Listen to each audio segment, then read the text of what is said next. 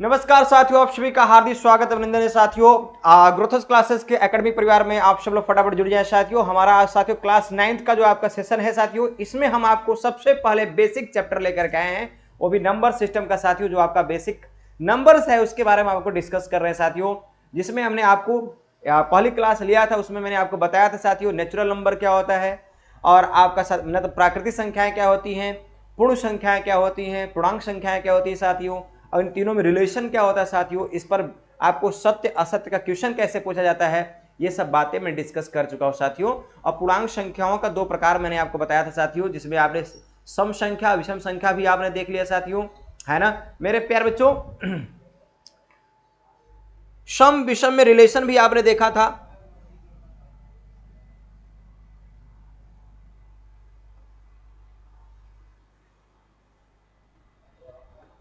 चले मेरे प्यार बच्चों, एक कॉन्सेप्ट और आप लोग ध्यान रखिएगा साथियों।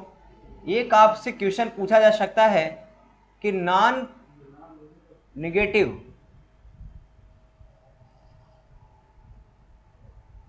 Non negative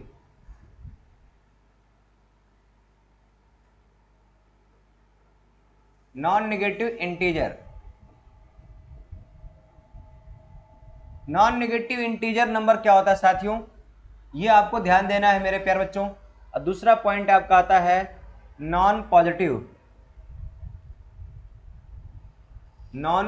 integer.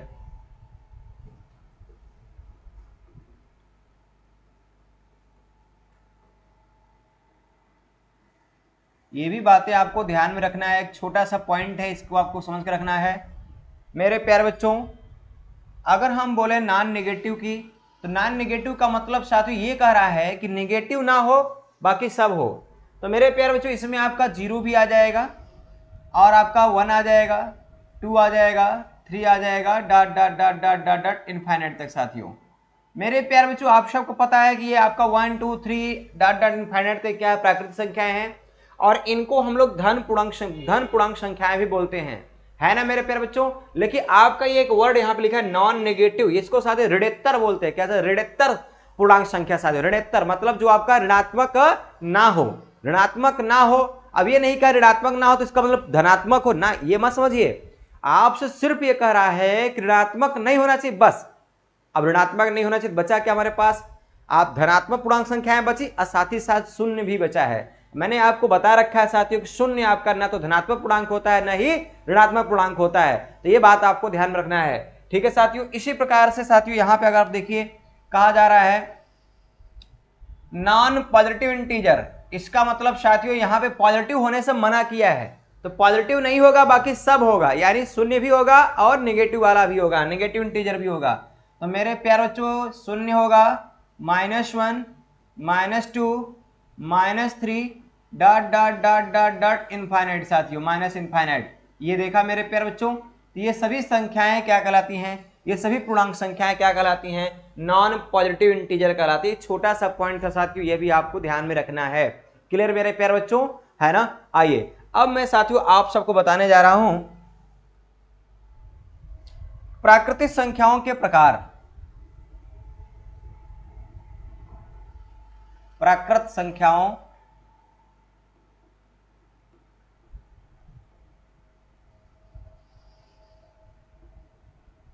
प्राकृत संख्याओं के प्रकार। अब जो हमारी प्राकृत संख्याएं होती है मेन रूप से दो प्रकार की होती है साथियों।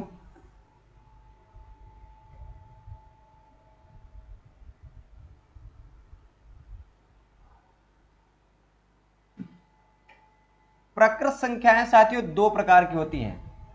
नंबर 1 हमारा होता है साथियों अभाज्य संख्या।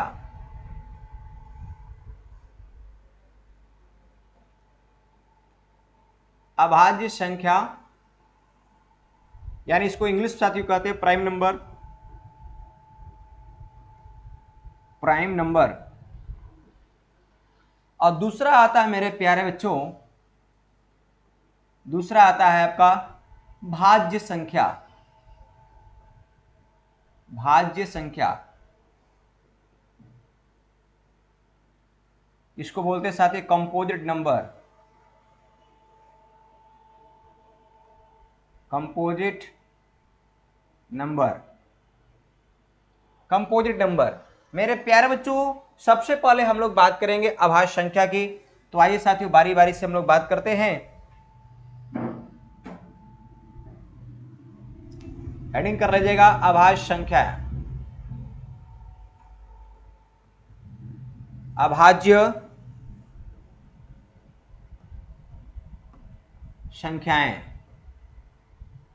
अभाज्य संख्याएं क्या होती मेरे प्यारे बच्चों? इसमें आपको ध्यान देना है मेरे प्यारे बच्चों, अभाज्य संख्याएं एक से बड़ी सभी संख्याएं, ध्यान रखिएगा, एक से बड़ी सभी प्राकृत संख्याएं, वन से बड़ी सभी प्राकृत संख्याएं, एक से बड़ी सभी प्राकृत संख्याएं जिनके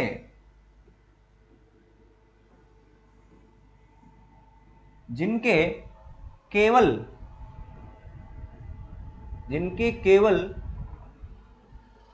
दो गुणनखंड,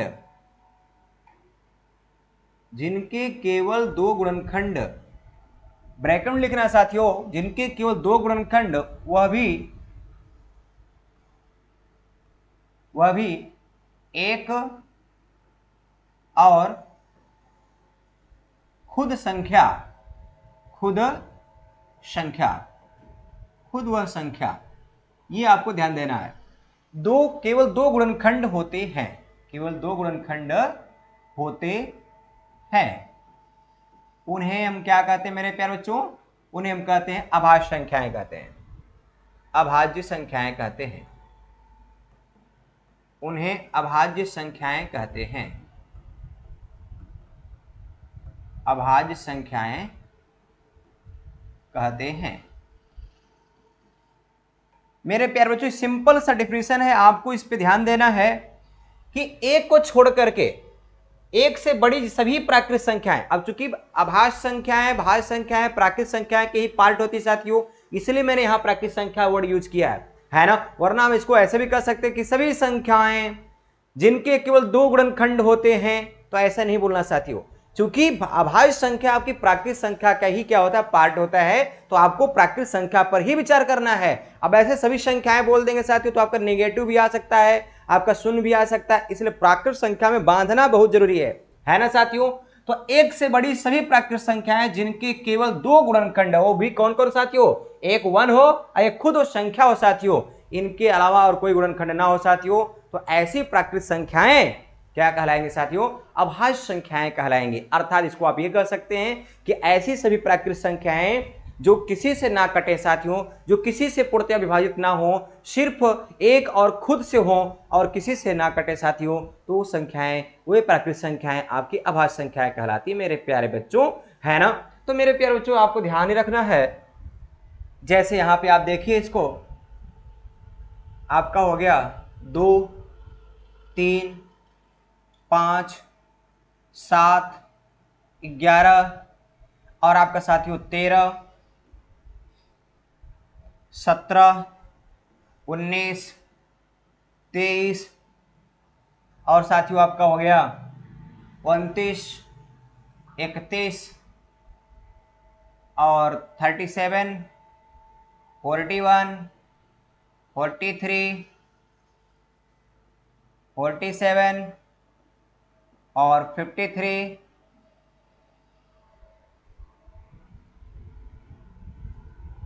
59,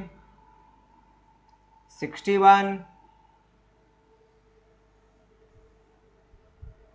67 और साथियों 71। इस प्रकार से डॉट डॉट डॉट साथियों आपको जाना है। बहुत सारी आगे संख्याएं होंगी, इनफाइनाइट तक जाएगा आपका ये।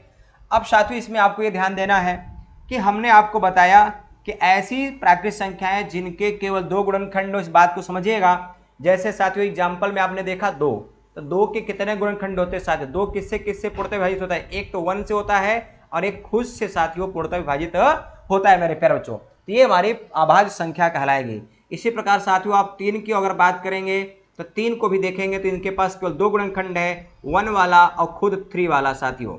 फिर इसी प्रकार से आप देखेंगे 5 की बात करेंगे साथियों, ये देखिए 5 की बात करेंगे तो ये देखिए साथियों। अच्छा साथियों इससे पहले हम 4 की अगर बात करें, देखिए आइए 4 की अगर बात करें साथियों, 4 हमारा क्यों अभाज्य संख्या नहीं है, इस बात को भी ध्यान देके चलिए साथियों। देखिए 4 हमने लिखा है यहाँ पे। अब 4 के गुणनखंड की बात करें साथियों तो देखिएगा 1 से कटेगा, 2 से कटेगा और 4 से कटेगा, तो ये साथियों इसके पास 3 गुणनखंड हो गए। हाँ, जबकि आपको ऐसी प्राकृत संख्या देखना है जिसके पास केवल 2 गुणनखंड हो, वो भी कौन कौन साथियों, 1 एंड इटसेल्फ, है ना मेरे प्यारे बच्चों। तो यहाँ पे आप देख रहे हैं 3 गुणनखंड हो गए, इसलिए आपके अभाज्य संख्या के अंतर्गत नहीं कही जाएगी। हम बात करते हैं साथियों 5 की बात करते हैं, तो 5 में साथियों देखिए 2 गुणनखंड होंगे, 1 होगा और खुद क्या होगा, 5 होगा साथियों। तो इस प्रकार से जो भी प्राकृत संख्याएं होंगी वही आपकी क्या कहलाएंगे साथियों, अभाज्य संख्याएं कहलाएंगी। तो ये आपका क्या है साथियों, अभाज्य संख्या है मेरे प्यारे बच्चों। ये बात आप सबको समझ में आ गया होगा। अब इस पर बेस्ड साथियों कई प्रकार से क्वेश्चन आपसे पूछे जाते हैं, है ना। जैसे आपसे सबसे प्रथम क्वेश्चन जो आपका इंपॉर्टेंट है वो आपसे पूछा जाएगा कि सबसे छोटी अभाज्य संख्या क्या होती है। तो सबसे छोटी अभाज्य संख्या आपको दिखाई दे रहा है साथियों, क्या है, 2 है साथियों, है ना।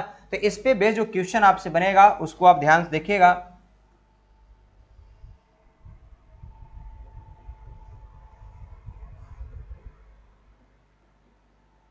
सबसे छोटी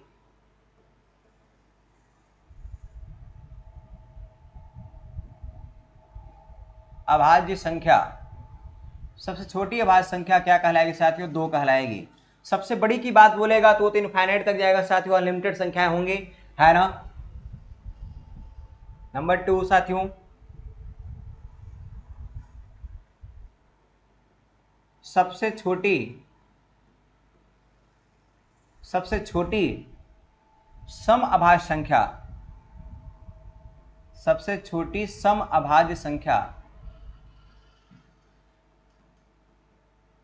सम अभाज्य संख्या। मेरे प्यारे बच्चों ध्यान रखिएगा, सबसे छोटी सम अभाज्य संख्या बोले या सम अभाज्य संख्या बोले, मेरे प्यारे बच्चों अगर ये आपसे पूछ ले कि सम अभाज्य संख्याएं कितनी होती हैं, तो मेरे प्यारे बच्चों ध्यान रखिएगा सम अभाज्य संख्या केवल 2 ही होता है, 2 के अलावा और कोई भी अभाज्य संख्या सम नहीं होती है। जितनी भी दुनिया में अभाज्य संख्याएं होती हैं वे सब के सब साथियों क्या होती हैं, आपकी विषम अभाज्य संख्याएं होती हैं। तो सम अभाज्य संख्या में केवल आप क्या पाएंगे साथियों, 2 ही पाएंगे। तो यह भी आपका 2 ही होगा साथियों। क्लियर है मेरे प्यारे बच्चों। अगला आपसे पूछा जाएगा साथियों,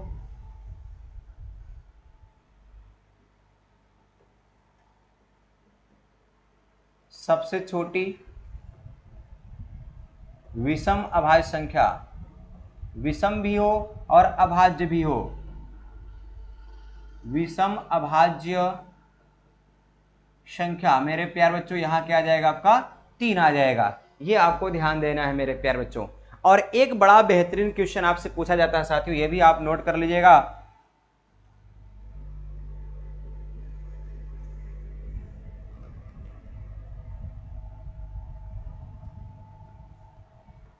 तीन लगातार क्रमागत विषम अभाज्य संख्या, विषम अभाज्य संख्या, विषम अभाज्य संख्या। मेरे प्यारे बच्चों 3 लगातार क्रमागत विषम अभाज्य संख्या की अगर हम बात करें साथियों तो ये हमारा हो जाएगा 2 नहीं होगा साथियों, आपका 3 शुरू होगा, 3 आएगा, 3, 5 और साथियों 7। ये देखिए ये ऐसी 3 लगातार साथियों विषम अभाज्य संख्याएं हैं जो क्या है, लगातार हैं, क्रमागत हैं। क्रमागत क्यों है साथियों, क्योंकि इनके बीच साथियों अगर आप जो रिलेशन देख रहे हैं वो कितने का है, देखिए +2 यहाँ पे देखिए ऐसा संयोग पूरे साथियों अभाज्य संख्याओं में नहीं मिलेगा। ऐसा संयोग जितनी भी दुनिया में अभाज्य संख्याएं हैं ऐसा संयोग सिर्फ और सिर्फ यही मिलता है 3, 5, 7 के समुच्चय में ही मिलता है साथियों। 3 लगातार विषम भी हो, अभाज्य भी हो साथियों, क्रमागत हो, यानी तीनों में गैपिंग साथियों क्या हो, सेम हो। 2 का गैप इधर भी है, 2 का गैप उधर भी है। तो इसलिए साथियों इसको भी आपको याद में रखना है साथियों, बहुत इंपॉर्टेंट है। अगला साथियों आपका क्वेश्चन बनता है मेरे प्यारे बच्चों, अगला पॉइंट जो आपसे पूछेगा, यह भी बेसिक बात है, आपको ध्यान में रखना है कि 1 से लेकर के 1 से 50 तक, 1 से 50 तक में कुल अभाज्य संख्याएं, कुल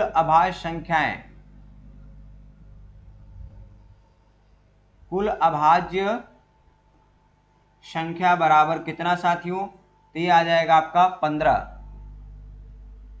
इनकी संख्या हो जाएगी 15 साथियों। इसी में अगला पॉइंट आपसे पूछेगा साथियों कि 50 से लेकर के 50 से 100 तक में कुल अभाज्य संख्या बराबर कितना हो जाएगा साथियों, 10 हो जाएगा। 10, इनकी संख्या 10 हो जाएगी, गिन सकते हैं आसानी से आप।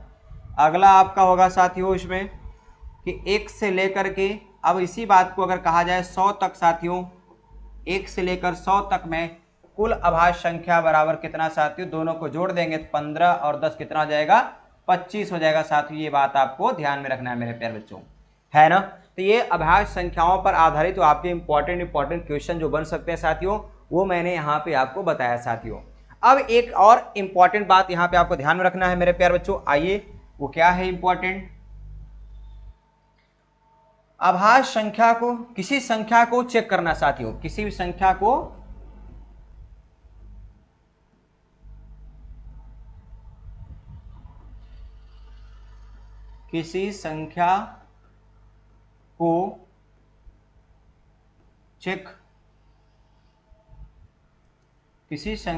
चेक करना कि अभाज्य है या नहीं, अभाज्य है या नहीं। यह भी पॉइंट आपको ध्यान देना है, किसी संख्या को यह चेक करना कि वो संख्या अभाज्य है या नहीं। मेरे प्यारे बच्चों ये बात आपको बड़ा ही इंटरेस्टिंग लगेगा, इसको ध्यान में रखिएगा। कैसे चेक करेंगे तरीका आपको देखना है। देखो मेरे प्यारे बच्चों, जैसे एग्जाम्पल के माध्यम से मैं आपको समझाने का प्रयास करूंगा।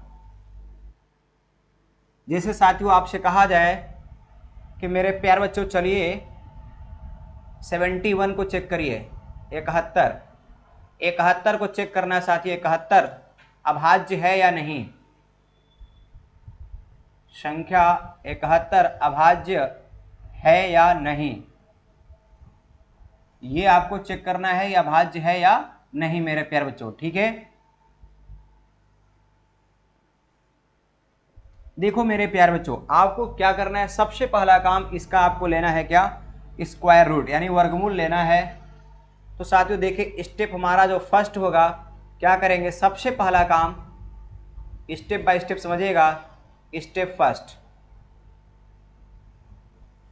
स्टेप में हम क्या करेंगे, इसका हम निकालेंगे क्या साथियों, इसको हम ले जाएंगे करड़ी के अंदर। ये देखिए 71, अब इस 71 का एप्रोक्स, ये किसका साइन है साथियों, एप्रोक्स यानी इसको बोलेंगे हम लोग लगभग। ये आपको ध्यान में रखना है, ये किसका साइन है, ये जो साइन बना है इसको बोलते हैं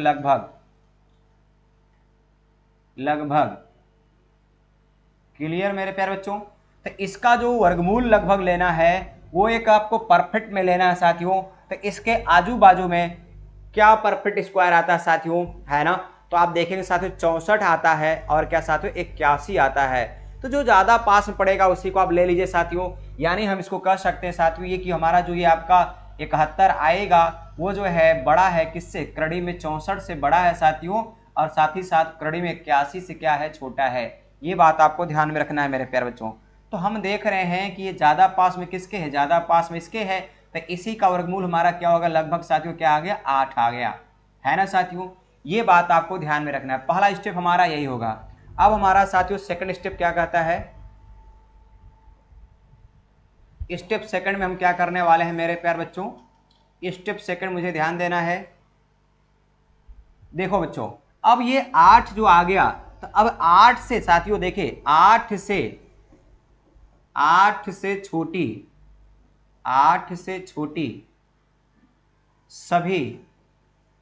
सभी अभाज्य संख्याओं को पता कर लेना है, लिख लेना है। 8 से छोटी सभी अभाज्य संख्याएं, सभी अभाज्य संख्याएं, सभी अभाज्य संख्याएं। मेरे प्यारे बच्चों अगर इसकी बात करें तो 8 से छोटी आपके 2 हो गया, 3 हो गया, 5 हो गया और क्या साथियों 7 हो गया। तो 8 से छोटी यही हमारी सभी क्या है अभाज्य संख्याएं हैं, 2, 3, 5, 7 है मेरे प्यारे बच्चों, है ना। तो अब हमारा अगला जो स्टेप होगा साथियों, अगला हमारा स्टेप होगा स्टेप थर्ड।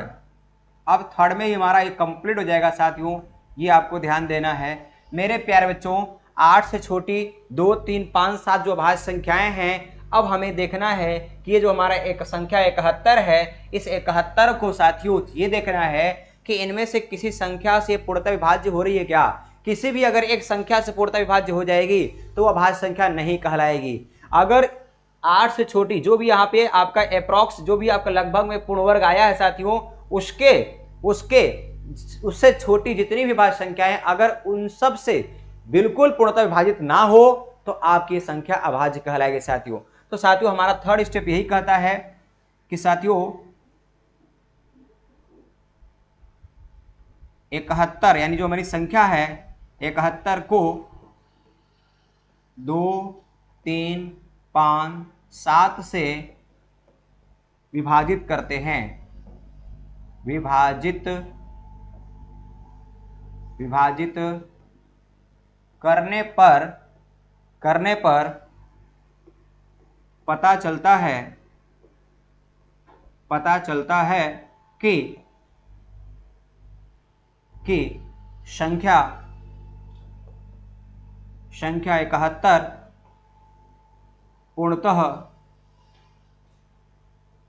पूर्णतः किसी से भी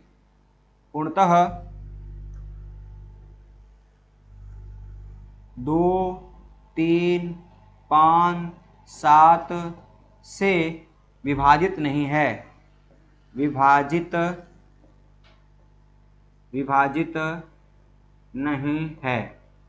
नहीं है। जब इन सब से साथियों पूर्णतः विभाजित नहीं है, किसी अगर एक से भी विभाजित हो जाती तो यह अभाज्य संख्या न कहलाती। अब इन सब से साथियों हमने चेक किया किसी से विभाजित नहीं होगा ये 71, है ना साथियों। तो इसलिए हम कह सकते हैं कि अतः 71 एक अभाज्य संख्या है, एक अभाज्य संख्या है। ये बात आपको ध्यान रखना है मेरे प्यारे बच्चों, है ना। कोई भी संख्या होगी आपको चेक करने का यही तरीका है। क्लियर मेरे प्यारे बच्चों, है ना। आइए साथियों, उम्मीद है आप सबको अभाज्य संख्या पर जो भी डाउट्स होते हैं साथियों वो आपको बहुत ही अच्छे तरीके से आपको समझ में आ गया होगा मेरे प्यारे बच्चों, है ना। आइए अब हम बात करते हैं साथियों भाज्य संख्या हमारी क्या होती है।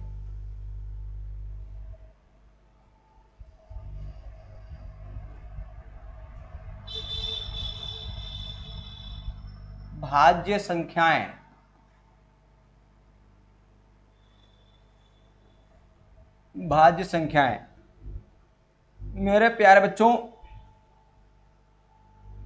भाज्य संख्याएं साथियों एक से बड़ी, यहां भी आपको ध्यान देना है साथियों, एक से बड़ी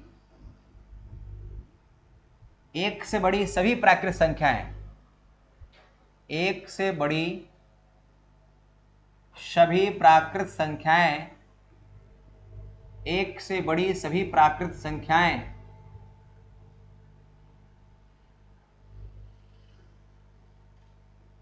जिनके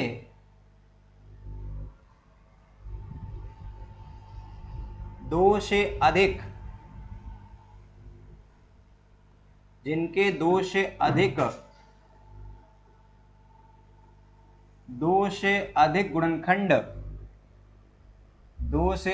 गुणनखंड होते हैं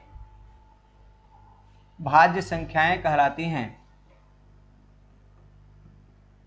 भाज्य संख्याएं कहलाती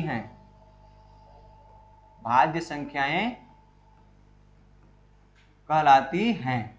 ये बात आपको ध्यान देना है मेरे प्यारे बच्चों।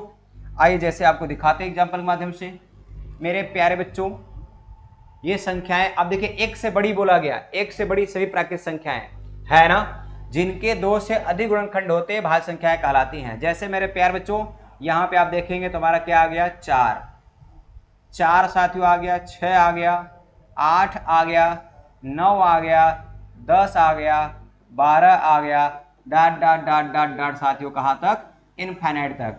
मेरे प्यारे बच्चों अभी आपने देखा कि 4 क्यों भाज्य संख्या है। तो यहाँ पे आप देख सकते हैं चूंकि साथियों 4 जो है, अगर 4 के आप फैक्टराइजेशन देखेंगे तो 4 किससे कटता है, 1 से, 2 से और खुद से। देखिए तो यहाँ पे 2 से अधिक फैक्टर है, इसलिए क्या है, भाज्य संख्या है। यहाँ पे देखिए साथियों आपका 6 किससे किससे कटेगा, 1 से कटेगा, 2 से कटेगा, 3 से कटेगा और 6 से कटेगा। तो इसलिए ये भी क्या है साथियों, भाज्य संख्या है। तो इन सभी संख्याओं को आप देख रहे हैं जो लिस्ट में लगी है साथियों, ये सब के सब हमारी क्या है साथियों, भाज्य संख्याएं। क्यों, क्योंकि इनके 2 से अधिक फैक्टर है साथियों, है ना, 2 से अधिक गुणनखंड हो रहे हैं, इसलिए सब के सब क्या कहलाएंगे, भाज्य संख्याएं कहलाएंगे साथियों। अब इसमें आप साथी देखेंगे कुछ आपसे क्वेश्चन पूछे जाते हैं मेरे प्यारे बच्चों। आपसे कहा जाएगा सबसे छोटी भाज्य संख्या, सबसे छोटी भाज्य संख्या, मेरे प्यारे बच्चों क्या होगा, 4 हो जाएगा। सबसे छोटी भाज्य संख्या क्या होगा, 4 होगा। आपसे कहा जाएगा साथियों सबसे छोटी विषम भाज्य संख्या क्या होगी, सबसे छोटी सम बोला जाएगा, यहां मेंशन कर लीजिएगा साथियों, सबसे छोटी लिख लीजिएगा। सबसे छोटी भाज्य संख्या बराबर क्या साथियों, 4। सबसे छोटी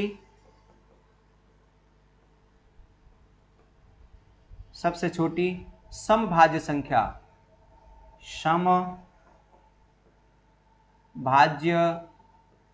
संख्या बराबर भी क्या होगा साथियों, 4 ही होगा। मेरे प्यार बच्चों अगला हमारा पॉइंट बनेगा सबसे छोटी विषम भाज्य संख्या।